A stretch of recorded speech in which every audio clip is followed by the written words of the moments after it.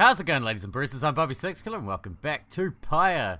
Now, in the last episode we actually freed our first person from exile and sent them to the Commonwealth to begin our plan to bring down the man from inside, like a Trojan horse.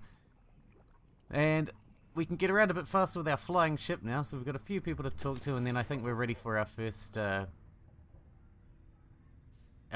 trial or rite or whatever again, which we haven't done for a little while. We got an item. Huh. That's the first time we had one of those. What do we got? Book of Rights? A new page, do we? Once I too roamed free. I remember well those days in which I was called Chief. I travelled all the world over on my 4 good paws, and I was well adored. I wanted to grow stronger. Here at last I have. I shall not mince my words. This place shall either harden you or kill you. It shall haunt you with old memories. You share the exile's plight. My charge is to alleviate the sting of it for you a little bit, and to prolong your stay. But only for as long as needed. Your charge is to return. We call this place the downside for a reason, but in time, here you can learn to eat, to seek out shelter, and to find certain beauty in unlikely places. Oh, that's like second chapter? Or what? Oh my god. We got lots of stuff. Alright, what else we got? We got something here. Once you've returned to me... Scribe Trail? Ooh, who have we got? Yo! You've already completed your Scribe Trail, didn't you? Okay, whatever. We'll do it again. You think that dimwit of a worm has any chance? Perhaps you're correct, though I put little stock in him myself. So let us bring him forth. Soon Sir Gilman appears in heed of the summons. Master Reader! Is this knight perchance in trouble for something? No. You're fantastic. And we're gonna prove it on the field of battle. Or basketball, whatever. The field of basketball. Knightly basketball. The apparition Sandra appears and unfastens her mask. Listen well, worm, you answer to me here. As you will, your highness. Your highness, I like the sound of that, though flattery shall get you nowhere here. Demonstrate your competence to me then, worm. You have to do it mostly on your own, though under the guidance of your lovely reader. I trust you are prepared. Of course, your highness, this knight accepts this challenge. Sir Gilman's so cool. We're gonna smoke him. Sir Gilman's great.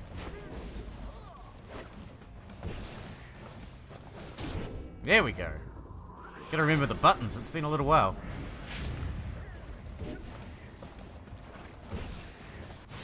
No! Yeah, you're far enough away from my thing. There we go. Alright, alright, alright. Gotta go around. Gotta go around. No, you fucker. Ooh, the Scribe Trials are hard, man. Ooh, that weird ghosty thing is nasty. And very quick. Oh, come on. Come on, Sir Gilman, you can do this. Tally-ho!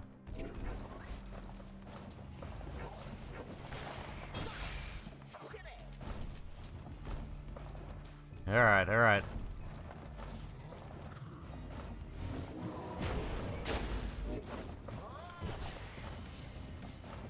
Go, go, go!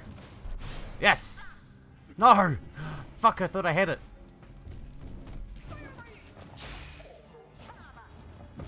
Alright, here we go. Fucking hell. Whew, this is risky. Risky business.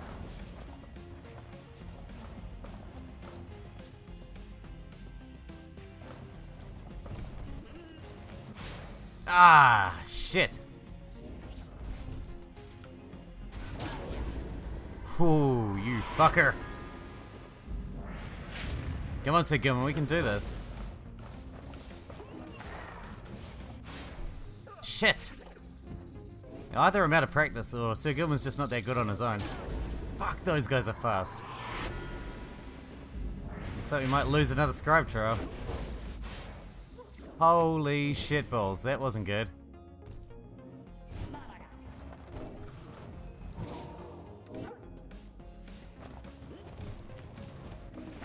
There we go. Alright, we got this. One more. It's always the hardest one though, of course.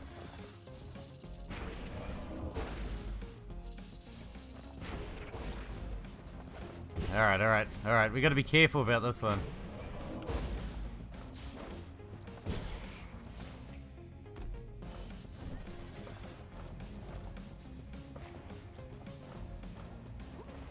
Go. Fuck yes. Oh, that was risky. Oh, risking it for the biscuit. Sir Gilman! Excellent. Huzzah! This knight prevails. I have no choice to concur with that assessment, Worm. Your performance was sufficient, and you passed my test. Thus, congratulations are in order to you and your lovely reader. Now, farewell. Man, Sir Gilman's turning into a beast. Alrighty. We haven't even had a proper right since we freed someone yet, I don't think. Master Reader, this knight is humbled after having passed that sorceress test. Whoa, by the scales of Under King Horus, what is that you have? Horus scale. So Gilman jumps further than usual. That's good. Wouldn't mind using that. What is this? The grease stone. Light entertainment. Okay, cool. Cool. Just a bit of fun then. Just a bit of fun. Tink tink. I'd say there's a lot to read over there. There's still people to talk to? Mr. Gilman. Sir Gilman is shivering there after the Black Wagon's maiden voyage through the skies. Master Reader, this knight is very, very slightly out of sorts is all. He merely appears terrified, but he assures you that his seeing cowardice is but optical illusion in this case. Pamela overhears and joins you. Flying's not for everyone, Sir Knight. This knight heartily concurs, though how anyone at all can stand it, he has yet to understand. Well, let's see. What's it like to swim the waters of the sea dominion? Ah, those glorious murky waters engulfed in hideous warfare, to be sure, but otherwise a joy to cut across, to feel the coolness of the waves beneath one's gill slits and the like. Though this knight is now accustomed to his life above the surface. Flying's just the same, Sir Knight. It resists those of us not born to it. I, in turn, have wondered what your seas are like, but the thought of swimming fills me with disgust. Though I haven't had to swim, and you have had to fly, that's very brave of you, and you handled it better than some harp fledglings I've met in my day. You'll get used to it. She departs, but you sense Sir Gilman is feeling better after the exchange. Plus one hope. Oh, Pamela's so nice to him. Alright, let's pass the time. A foreboding feeling stuck with you since your arrival in the lonesome lands of Blooming Pool. Some of it spreads to the others in the group. This knight's skin crawls with much anxiety. I don't like letting the downside get to me like this. You decide to focus on pursuing your vocations until the Black Wagon is ready to move on. Let's do more mentoring. It's the only way we're going to get good enough to be free, I suppose. Alright, let's do Pamitha. Why certainly, reader darling, how good of you to ask.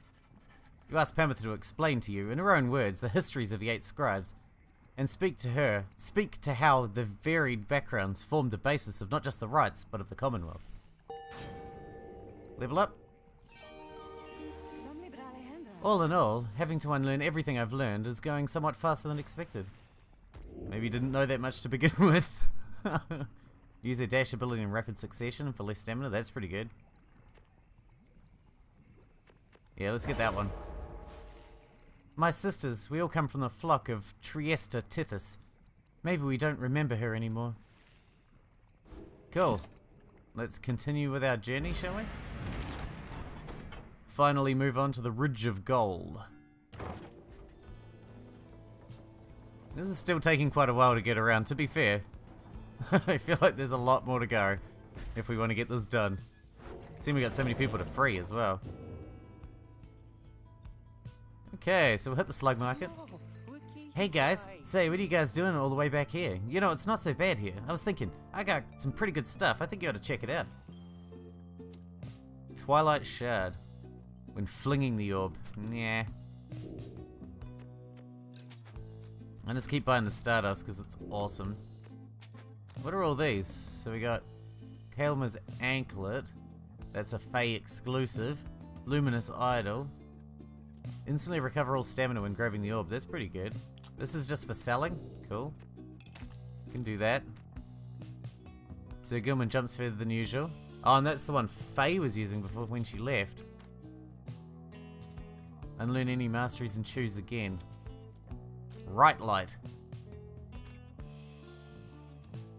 Yeah, I don't really want to buy anything right now. Pleasure's all mine. And Dad's, you guys. Let's go to the Black Wagon. Talk to Rookie by the look of it. You find Rookie having to put back his Greentail family portrait. There is something of a wistful look in his eyes. Then something comes over him and he moves in close, lowering his voice. Look, chum, I gotta live with you about something here real quick. Truth is, I haven't been entirely upfront with you about my family situation. He hesitates a while and then... We ain't exactly quite as rich as I've been letting on. I mean, we do just fine. We got lots of money stored away. It's just mostly locked up in savings bonds, and he seems to catch himself in the middle of another tall tale and relents before you can respond one way or another. The situation is my mum back on the other side. She needs a little bit of help, financially and otherwise. And all she's got now are my knuckle-headed uncles to keep her steady. Always told her I'd make something of myself, you know. I was just a clerk in his shop. Things started getting tough for us, so I started looking for all kinds of different work. Got in with some unseemly sorts, I guess, but pay was real good. We took to shipping certain types of stuff down here, of all places, flushing it straight down the river, watertight. The pay was right. Mum was so proud of me. We were eating real good all the time. But you can probably guess what happened. I barely scraped by after they flushed me down here. Would have been food for a bunch of howlers had Jody not bailed me out of a tough spot one fine evening. As for Mum, she doesn't know the half of it. My uncles told her I was away on business. Not entirely untrue, I guess, but if she knew, it'd break her poor heart. So I don't know how to put this, chum, but I want to get out of here. Get back to what I was doing back at home. On the straight and narrow, though. I'll go straight this time for sure. Just don't go tell everyone old Rookie Greentail's got just a mama's boy, okay?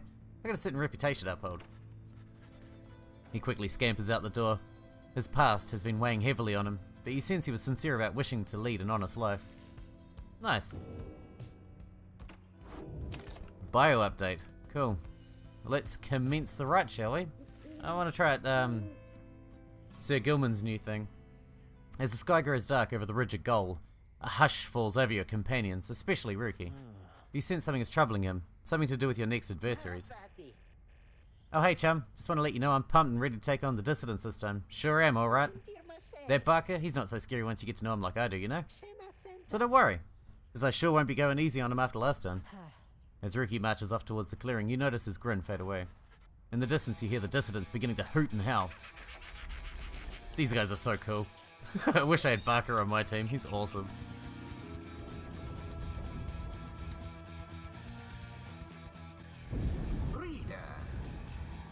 Persevering, aren't we? Well then, rejoice, because the cycle of the rites begins anew. Perhaps you'll liberate another soon enough. Your chosen adversaries here shall be the dissidents. Reduce their flame to ash, just as you did when last you met. Now, who exactly shall oppose them? Alright, let's do this. Oi, mates! Look at what we got here. Greentail, is that you? Yeah, Barker. It's me, alright. Well, I'll be. So tell me something then, Greentail. You gonna go against me this time? Or keep being a stinking coward like before, huh? What do I do? What do I do? What do I do? What do I do? Wait. He says he wants to fight. If you can beat him, maybe he'll leave us alone. He'll leave the Greentails alone. I can make it worth his while. Barker? What is it, mate? The rite's about to start. Well, I was thinking, I know I owe you and everything, but I got a deal for you. You like a good deal, don't you? Ha! I like a good laugh, more's like it. But I'll bite, Greentail. What's your fancy here? I was thinking, if I can beat you here, we're squared away. You let me off the hook. Ha! I see. But tell me something, mate. Now, why in the stinking world would I want to do a thing like that? What's in it for me if I beat you instead? Then I'll pay you double what I owe, promise. But you have to promise too, Kerr's oath. Oh, really now? Double or nothing then, is it, eh? You drive a hard bargain there, mate. But alright, it's a deal. You beat me, and my pack, right here, right now, and you're debt-free as far as I'm concerned. Of course, if you don't, I'll be fleecing you for all you're worth. You, your stupid uncles, and that dear old mum of yours. See you shortly then. Rookie then turns to you. Hey, so this one means a lot to me, understand there, chum? Then we go against these guys, and I'll make sure we show them up, okay?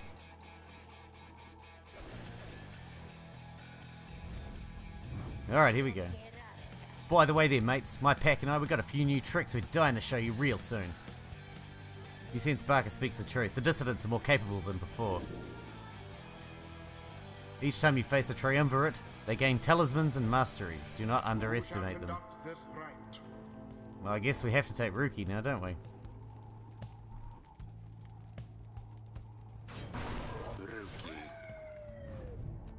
Okay.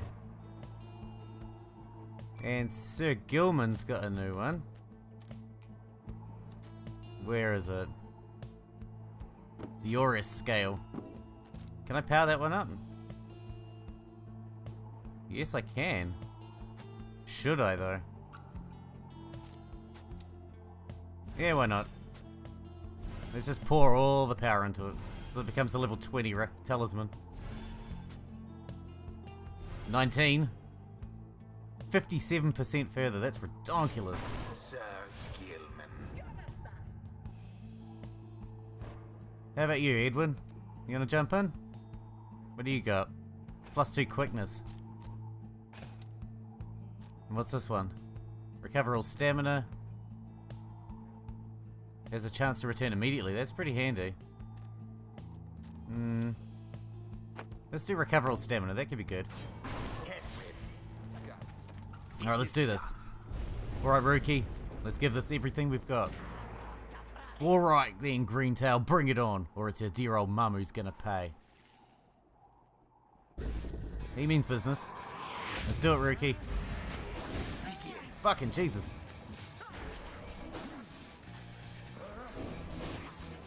Here we go, here we go.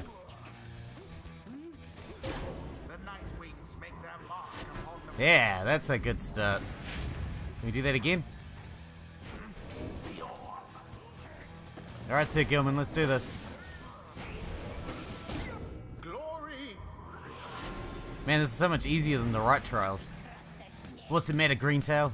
Methinks you seem a little nervous on your paws out there. Just shut up already, Barker. Let's get on with it. What's that you say, huh? You think you can talk back to me like that, Greentail? You heard me, Barker. Stay out of my damn way. Or what, mate? Or I'll sink these little nervous teeth into your neck, old chum. That foolish Barker was a menace to the Commonwealth and is a blight upon the rights. Time to move. Time to move. Shit. Oh, dear. Oh! Fuck, that's my whole team out. God damn. Glory to the scribes. Alright, alright. You got me there, asshat. There.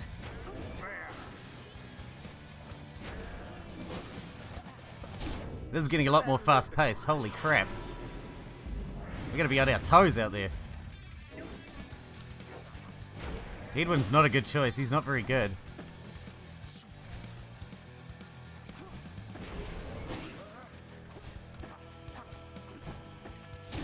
Onward thus to greater glory. Fucking Jesus. Edwin's just nowhere near as good as my other guys. Go, go, go. Poor Rookie. Fuck. Fuck. We need someone. Oh, that was lucky.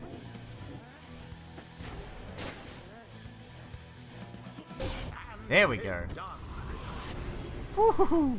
The Nightwings once again prevail. And what a crushing victory it was.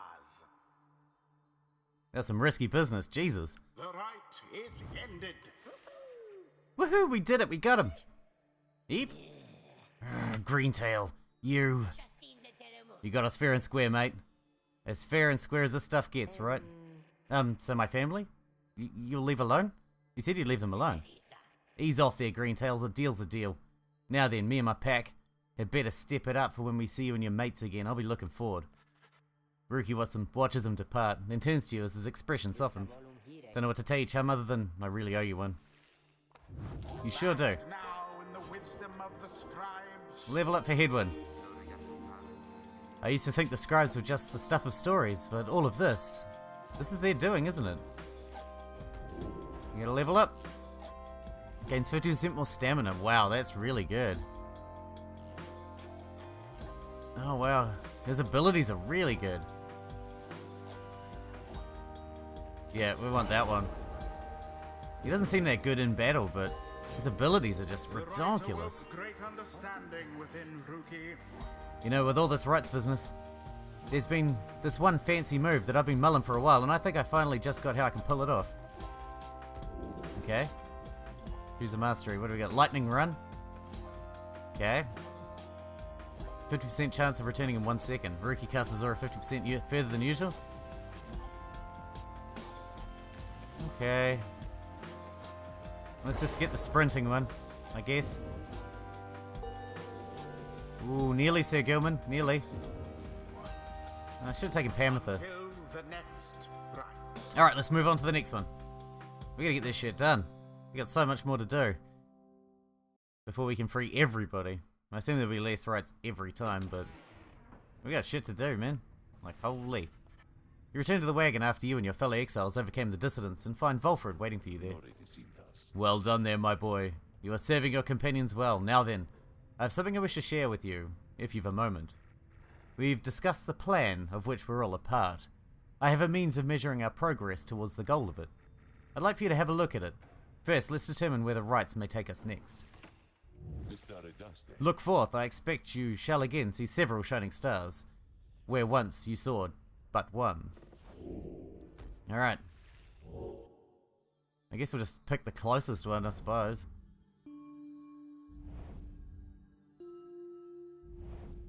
Otherwise, just travelling fucking ages for nothing. There's only 3 to go. Several shining stars. A trick of the eye or the will of the scribes, who can say? I too once gained this newfound vision many years ago, following my first liberation rite, and I believe only we of the Nightwings have this gift. I realize that in choosing whom the Nightwings confront in each rite, we in turn influence which triumvirate we face when the time comes for someone to be set free. The object I invite you to use contains further detail. Volfred's Planner. Okay. Using Volfred's Planner, you may assess the progress towards your ultimate goal as well as checking the current standings of your adversaries. Volfred shall keep this information up to date for the remainder of your quest. You may look over it now or any time in the Black Wagon while searching the stars. Okay. So what do you need me to do? I don't know what you want me to do. I don't know. Looks like the Withdrawn are the highest rank. Oh no. The Dissidents have 6 to 3. That's really good. The Tempers have 6 to 3 as well. Should probably take the Tempers out then. Because they're like a threat. This is the Tempers here, eh? No, that's the Withdrawn. Where are the Tempers? Pyre Hearts. The Accusers. Let's just do them. It don't matter. We can beat them all the same. Okay, probably shouldn't get too cocky. So we're to take on Lendl and the Accusers this time, huh? I've done some digging about him. He then tells you what he knows of your next adversary. Lendl the Liar, the first adversary you confronted in the rights not long after you took your first steps on the path to freedom. A former constable of the Commonwealth, he gained a reputation for a strict and brutal manner. By any means, he always caught the crook. Once he arrested a civilian who hated him on suspicion of theft of Commonwealth artifacts that had gone missing. Lendl discovered the artifacts himself in the civilian's home. The suspect soon was exiled. Still, he denied the charges, even as they cast him downriver. The case was investigated further, though too late. Suspicions turned to Lendl. It turned out he planted the damned evidence himself, so he was exiled in turn. And the downside, he soon became acquainted with the rights, having heard of all this from several people in high places. He asserted himself as the de facto leader of the Accusers. They bent to his aggressive nature and prevailed many times under his watch. Yet each time his chance at liberty arose, the Nightwings either defeated him or simply did not show. I guess that's why he doesn't care for us. No matter though, we'll soon give him more reason. See you in the morning, my friend. You bid Hedwyn a good evening. At dawn, you shall take flight again. Alright, let's have a chat with Rookie, shall we? You approach Rookie, you sense none of his usual anxious energy. I'm free. He then rushes up to you. I've returned to form. I mean, I know I'm not. I'm stuck here with the rest of you. It's like I finally got to set aside this giant bag of rocks I've been carrying around, know what I mean? I want to say thanks, chum, for giving me a hand with the little situation between myself and Barker. I don't think I would have had it in me to stand up to him unless I knew you and the others had my back. Now at least old Mama Greentail won't get any trouble from him on the other side. She's still waiting for her rookie boy to come on home, but at least she won't be getting hassled by a bunch of nasty curs just because I struck a lousy deal. So yeah, chum, if you ever need anything, I owe you one, and then some. Cur's oath. He prances out of the wagon with a newfound lightness in his step. +2 hope permanently. Whoa, that's good. In the common room, you may review various notes. Ah, okay, that's what they just showed us? Oh, okay. Well, that's interesting. Bulford's planner, that's the new thing. Alright, anyway, let's continue our journey, shall we? We have much flying to be done, and we're nearly out of time for this episode. So let's go. Can we dash? We can, eh? Yeah. Oh, there's a thing here. You saw near the border of the Sandfolds, where your companions first found you in the downside long ago. There is nothing for you there, and you wish never to see it again. Very well.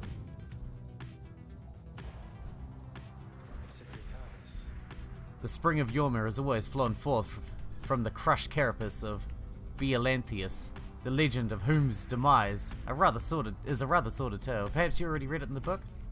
Not all believe the book exists, of course, nor the greater titans nor the rights. I have encountered exiles believing that this titan perished quite by accident, rather than by a cunning trap laid for it by Yormir Minimane. They took the titan for a common beast. Perhaps the stars shine down upon it out-of-the-way locales such as this one to ensure that they alone shall witness the proceedings. So are we stopping here? Deeper understanding of the rights. Tizo expressed an interest in exploring the pools. And let's just land here at Fall Flat. You touch down in the heart of Yormir Valley, where first you face the Fate and the Dissidents. You briefly wondered where they may be now and how they fare. You now have a little time before having to set forth on land. Okay, let's survey Fall Flat. Having reached Fall Flat, you decide to accompany Hedwyn for a walk among the barren wastes. Your conversation soon turns to the matters of the rights, which you discuss at length. So many ways to see it, and that is one I can't say I ever thought of. By the time you return to the wagon, you sense you gained a deeper understanding of it all.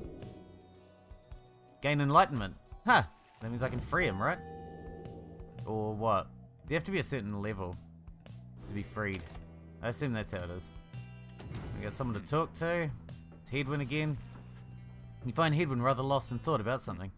He looks over as you approach. Oh hey my friend. Alright, so what's it gonna be? He points in the direction of his cooking tins strewn over in the corner of the wagon. One of life's small comforts around here is we get to eat. Not a day goes by that I'm not grateful for it, but there's only so much to choose from, whether here in Yormir Valley or anywhere around, I guess. Anyway, I was just having trouble deciding what to cook. Just had fire caps again last night, and those never seem to sit well with everyone anyway. There's no more glopgill, not that anyone but Tizo ever liked the stuff, and I feel like we've been having gutter crabs every day for months, so I'm not too excited about that. This is where you come in, and no consulting books or stars or anything, just you and me, here and now. What am I making you decide, because I can't. I know there's a lot of serious stuff to think about these days, but so help me, no one's struggling to regain their freedom on an empty stomach. What do we got? Let's have porridge. Whatever he wants. No, I want porridge. You ask Hedwyn prepare another batch of his silk porridge for the group. He eyes you warily as you request this, searching you for any trace of irony. Alright my friend, never took you for the silk porridge type, but so be it. I guess even after all this time we still have much to learn about each other. Now, lend me a hand here with this stuff, would you? You assist Hedwyn with preparing the silk porridge. The two of you get to talking about the past. The reality of cooking in the downside has a way of making him nostalgic. Life on the blood border wasn't that much easier than trying to get by down here. The high-wing remnants could swoop in at any time. They were so good at picking the worst possible occasions for us.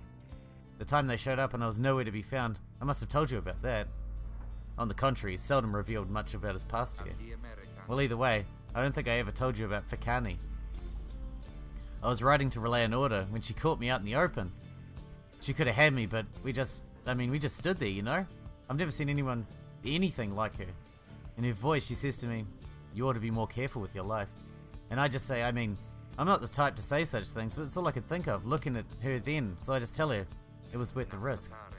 Anyway, she spared my life, of course, and when we saw the riders heading towards us, I looked at her, she took hold of me, and we just took off. I didn't want to leave her, and I didn't for a while. He trails off for a while. Soon after I come back, I went in search of her again. This time, though, the risk I took, a lot of people paid for it. The harps attacked when no one was there to raise the alarm. A few days later, Hedwin the deserter was sentenced to exile, and now he's about to cook some silk porridge. Thanks for your help, my friend. I can take it from here. See you shortly. He heads out into the afternoon. You sense he feels more at ease after having spoken with you. What's to hope for the next writ? Cool. And it looks like we've got someone ready for their trial.